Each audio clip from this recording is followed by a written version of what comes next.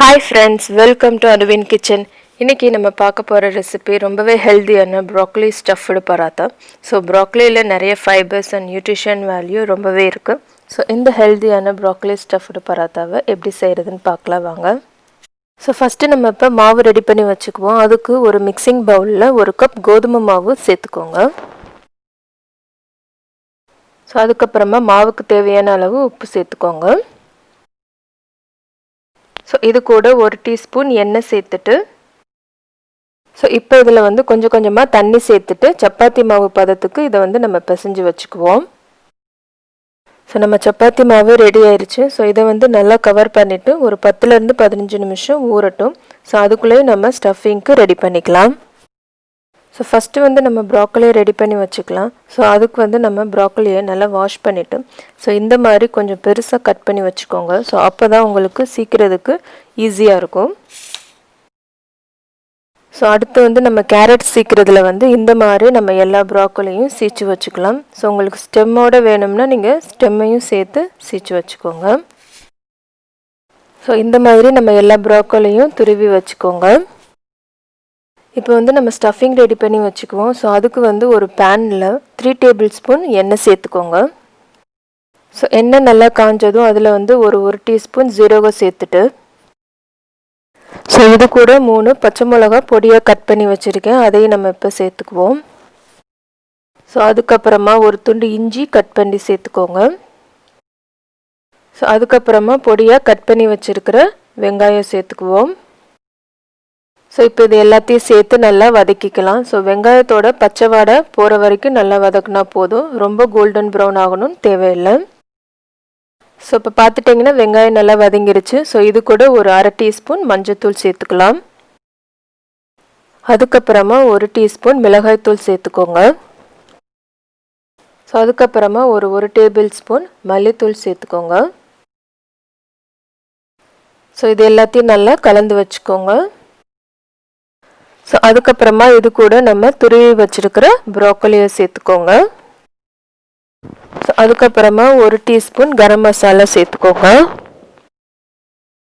So கடைசியாக நம்ம ஸ்டஃபிங்க்கு தேவையான அளவு உப்பு சேர்த்துட்டு இது எல்லாத்தையும் நல்லா மிக்ஸ் பண்ணிவிட்டு ஒரு 2லேருந்து 5 நிமிஷம் இதை வந்து வேக விட்டால் போதும். ஸோ ப்ராக்கலியை வந்து ரொம்ப வேக விடணும்னு தேவையில்லை. ஸோ நம்மளுடைய ப்ராக்கலி ஸ்டஃபிங் இப்போ ரெடி ஆயிடுச்சு. ஸோ கடைசியாக கொஞ்சம் கொத்தமல்லி தழை சேர்த்துட்டு ஒரு பவுலில் இதை வந்து நம்ம ட்ரான்ஸ்ஃபர் பண்ணி வச்சுக்குவோம். இப்போ இந்த ப்ராக்கலி ஸ்டஃபிங்கை ஒரு பவுலில் ட்ரான்ஸ்ஃபர் பண்ணிவிட்டு ஒரு 2லேருந்து 3 நிமிஷம் இதை வந்து நல்லா ஆற விட்டுட்டு அதுக்கப்புறமா நம்ம வந்து பராத்தாவுக்கு ரெடி பண்ணிக்கலாம். இது நல்லா ஆறட்டும். அடுத்து வந்து நம்ம பராத்தா ரெடி பண்ணிக்கலாம். ஸோ அதுக்கு நம்ம பிசைஞ்சு வச்சுருக்கிற மாவுலேருந்து கொஞ்சமாக எடுத்துட்டு நல்லா உருட்டிட்டு ஸோ நம்ம இதை வந்து கோதுமை மாவில் டிப் பண்ணிவிட்டு நம்ம ரவுண்ட் ஷேப்பில் நல்லா தேய்ச்சி வச்சுக்கலாம். ஸோ நார்மல் சப்பாத்திக்கு தேய்க்கிற மாதிரி ரொம்ப மெல்லிசாக தேய்க்கக்கூடாது, கொஞ்சம் தடிமனாக தேய்க்கணும். ஸோ நல்லா தேய்ச்சிட்டு அதுக்கப்புறமா ஒரு டீஸ்பூன் எண்ணெய் வந்து அது மேலே நல்லா ஸ்ப்ரெட் பண்ணிக்கோங்க. ஸோ அதுக்கப்புறமா நம்ம செஞ்சு வச்சுருக்கிற ப்ராக்கலி ஸ்டஃபிங்கை மேலே வச்சுட்டு ஸோ இந்த மாவை இந்த மாதிரி எல்லா சைடும் ஃபோல்டு பண்ணிவிட்டு ஸோ நல்லா ப்ரெஸ் பண்ணி வச்சுக்கோங்க. ஸோ இதை வந்து நம்ம மறுபடியும் கோதுமை மாவில் டிப் பண்ணிவிட்டு நல்லா ரவுண்ட் ஷேப்பில் தேய்ச்சி வச்சுக்கலாம். ஸோ ரொம்ப ப்ரெஸ் பண்ணி தேய்க்கக்கூடாது. ஸோ அப்படி தேய்ச்சிங்கன்னா ஸ்டஃபிங் வந்து வெளியில் வந்துடும். ஸோ லைட்டாக ப்ரெஸ் பண்ணி தேய்ச்சா போதும். ஸோ இதே மாதிரி நம்ம எல்லா மாவையும் செஞ்சு வச்சிடலாம். அடுத்து ஒரு தோசை தவாவில் ஒரு டீஸ்பூன் நெய் சேர்த்துட்டு ஸோ நெய் நல்லா உருவினதும் நம்ம செஞ்சு வச்சுருக்கிற பராத்தாவை அதில் போட்டுட்டு ஒரு நிமிஷம் ஒரு சைடு வேக விடுவோம். இப்போ ஒரு பக்கம் வெந்த உடனே அடுத்த பக்கம் திருப்பி போட்டுட்டு நெய் சேர்த்துட்டு நல்லா 2 சைடும் கோல்டன் ப்ரௌன் கலர் வர வரைக்கும் நல்லா வேக விடணும். பார்த்துட்டிங்கன்னா நம்மளுடைய பராத்தா ரெடி ஆயிடுச்சு. ஸோ இதை வந்து நம்ம ஒரு பிளேட்டில் ட்ரான்ஸ்ஃபர் பண்ணி வச்சுக்கலாம். அவ்வளோதான், நம்மளுடைய ஹெல்த்தியான ப்ராக்கலி ஸ்டஃபிங் பராத்தா சூப்பராக ரெடி ஆயிடுச்சு.